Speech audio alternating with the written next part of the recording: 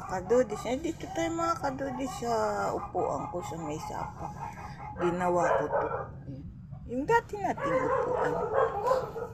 Kumusta na po ba kayo mga kadudis? Nagkape ako kanina mga kadudis. Kaya ngayon nahuli yung pandesal. Bumili yung buso. Ayun po.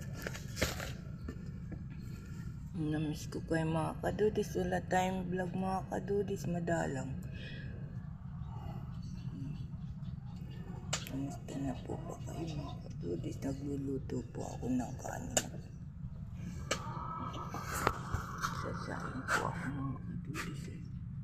Tapos tayo na isa pa. Ayan po yung mga sasak. Ayan. Dito po ako gumawa ng kalan mga kadudis. Kasi nga pag dito sa malapit sa loob namin, yung usok pumapasok. Yung mga damit na nakahangi nangingitim. Wala naman po kasi akong lalagyan ng damit. Wala po kaming duraba. Kaya nakahangir lang po. Kaya pag pumasok ang usok, amoy usok kahit hindi na ni Mube.